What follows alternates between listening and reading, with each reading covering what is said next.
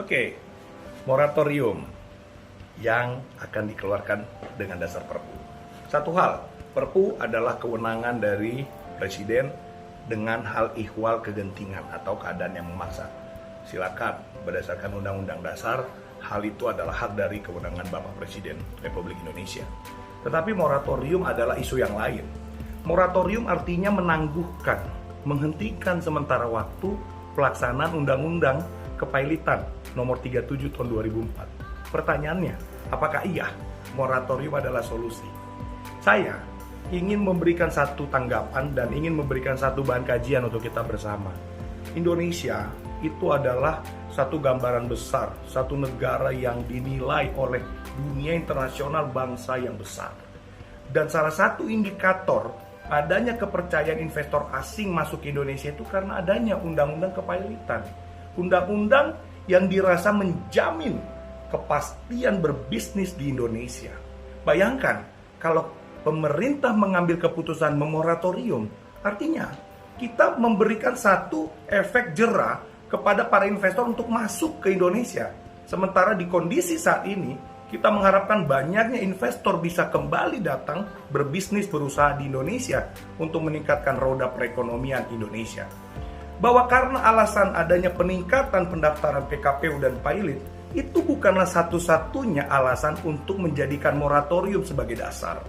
Peningkatan PKPU, permohonan PKPU dan PAILIT itu karena memang keadaan di mana debitur banyak yang tidak menyelesaikan kewajibannya.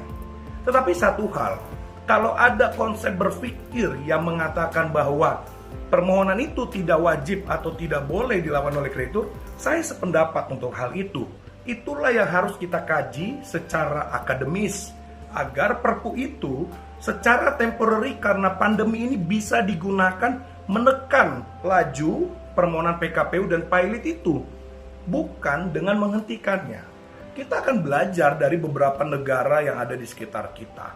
Singapura, Australia, mereka memiliki temporary measure yang diterapkan di dalam masa pandemi ini. Ada kriteria-kriteria yang ditingkatkan dan limitasi-limitasi sehingga permohonan PKPU dan PAILIT menjadi tidak masif. Inilah yang kami harapkan menjadi pertimbangan buat Bapak Presiden dan seluruh jajaran menteri. Satu contoh ilustrasi yang mau saya katakan. Kenapa kita juga tidak memilih atau Bapak Presiden dan jajaran tidak memilih lockdown terhadap pandemi ini, tetapi lebih memilih PPKM. Dan akibatnya adalah benar, lebih baik ekonomi tetap bisa berjalan. Itu adalah salah satu bentuk bahwa dengan berhentinya moratorium bukan satu-satunya jawaban atau solusi.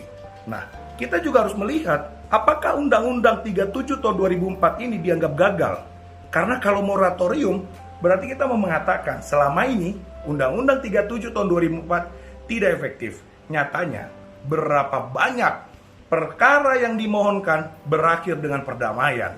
Berapa banyak hak yang ditagihkan oleh para kreditur yang bisa diselesaikan. Dan ini memberikan satu kepastian hukum. Dan ini memberikan satu pertumbuhan perekonomian yang baik. Kepercayaan dari para pelaku usaha baik di dalam negeri maupun di luar negeri.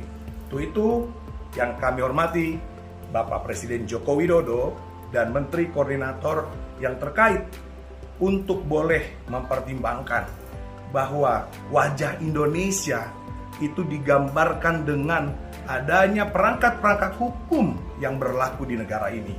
Sehingga tolong pertimbangkanlah sebelum memutuskan apakah Perpu moratorium Undang-Undang Kepailitan itu sudah tepat atau sebaiknya Perpu tetapi hanya mengatur memberikan satu limitasi dan batasan-batasan tertentu dalam masa pandemi ini agar permohonan terhadap PKPU dan PAILIT itu bisa kita tekan.